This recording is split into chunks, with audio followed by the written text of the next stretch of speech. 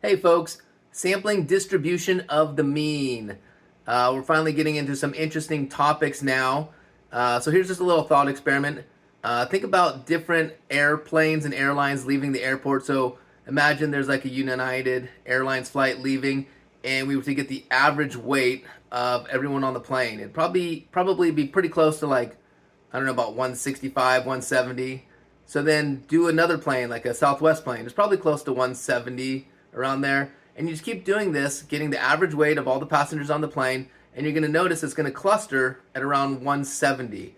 Oh, okay, if you got like 300 random people, you get their average weight, it's probably going to be pretty close to 170. So we're going to kind of get to the math behind that concept. Hopefully that little example sort of conceptually helped you out.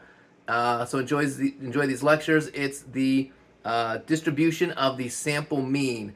Also, I keep referring to it as 8.1. Just ignore that. That's from another book. Okay. Distribution of the sample mean. Enjoy.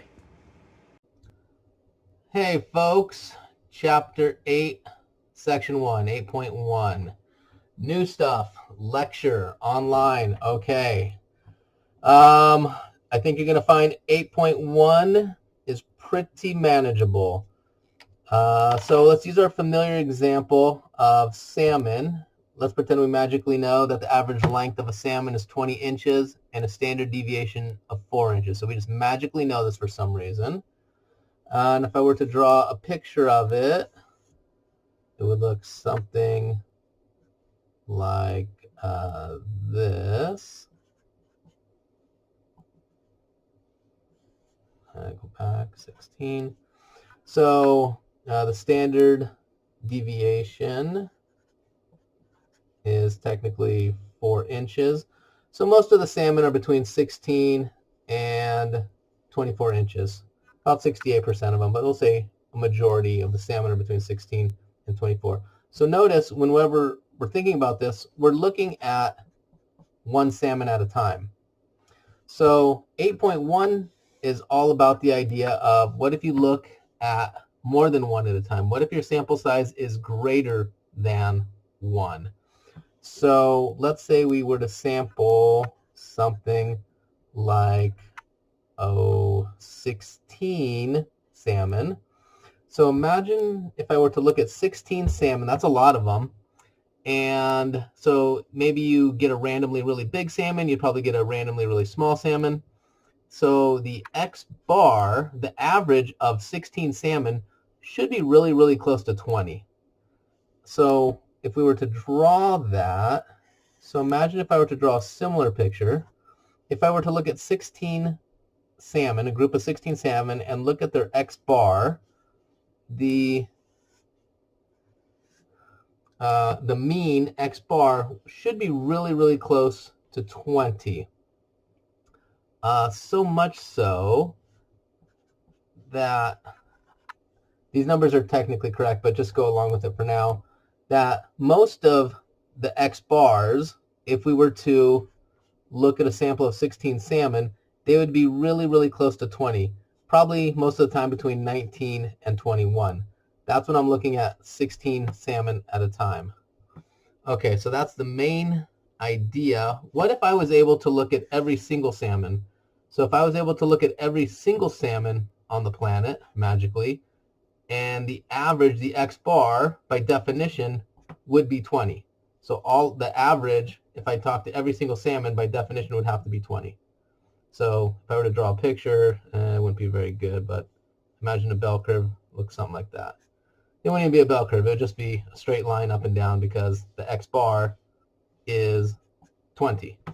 Okay, so that's the first idea. The main idea is the more and more salmon I talk to, the bigger and bigger my sample size is, it should get closer and closer to that mean of 20.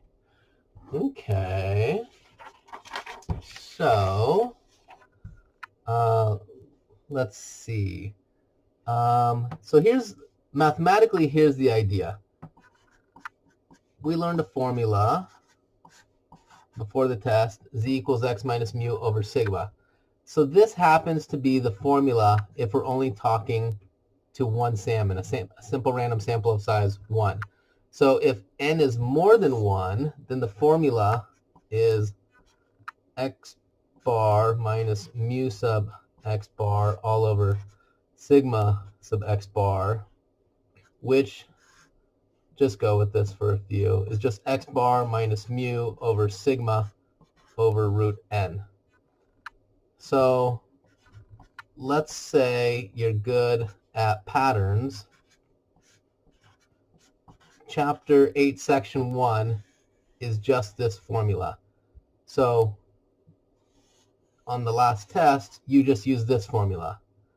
All we need to do is now incorporate sample size into all of our equations. That's it. So if you're good at patterns, I could just say, hey, here's the new formula. Go ahead and just figure everything out, and you should be able to. But let's do some problems. There's a little worksheet. Make sure you have that worksheet. So I just want to point something out really quickly while I have this.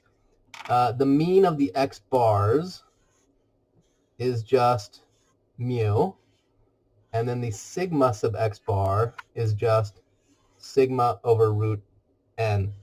And this guy we call the standard error of the mean. They like to give everything a complicated name.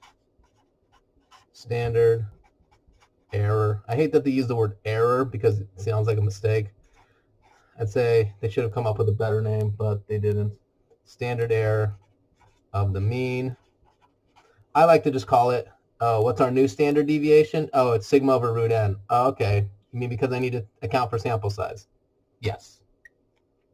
So maybe just right here, I'll write down that the mean of the x bars is just equal to mu, and then the standard deviation of the x bars is just the standard deviation over the square root of n. Okay. I'm going to pause right there, and then I'll do another little video, and then we'll get into the worksheet. I hope it's going so far so good.